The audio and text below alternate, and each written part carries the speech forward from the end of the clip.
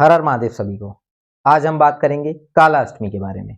काला अष्टमी जो माघ मास के कृष्ण पक्ष की अष्टमी को कहा जाता है। यह अष्टमी इस बार 2 फरवरी को पड़ रही है।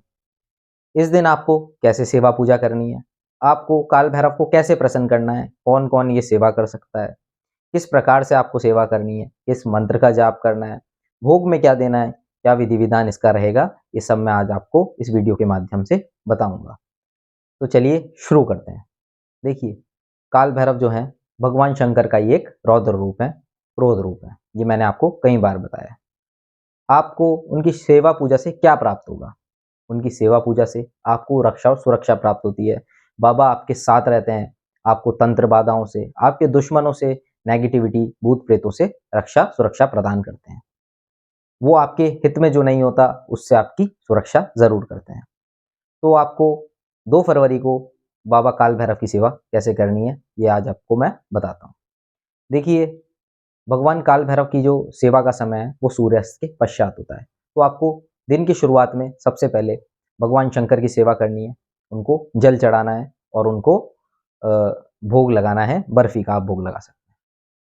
उसके पश्चात आप शाम के समय सूर्यास्त के बाद भगवान काल भैरव की सेवा कैसे करेंगे घर पे, मैं आपको बताता हूँ।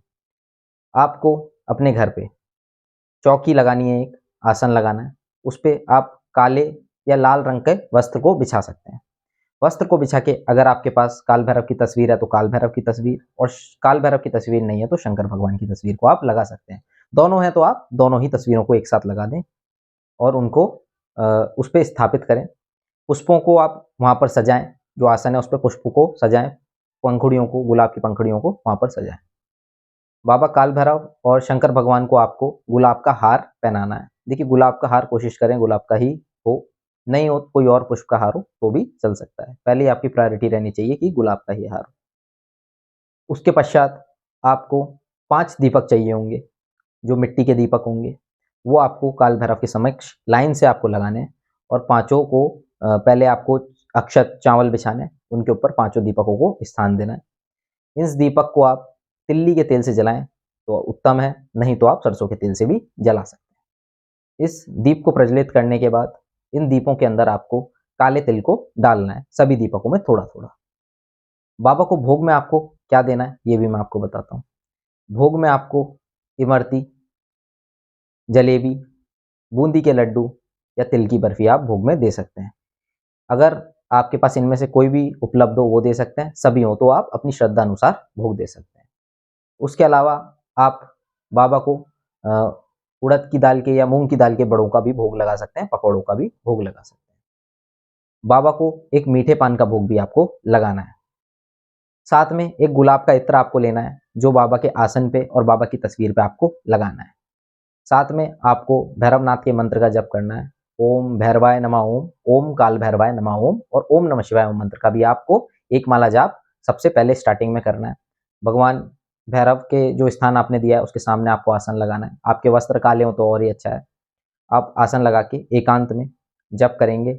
ओम भैरवाय नमः ओम, ओम काल भैरवाय नमः ओम। इन दोनों में से किसी भी मंत्र का आप जाप कर सकते हैं।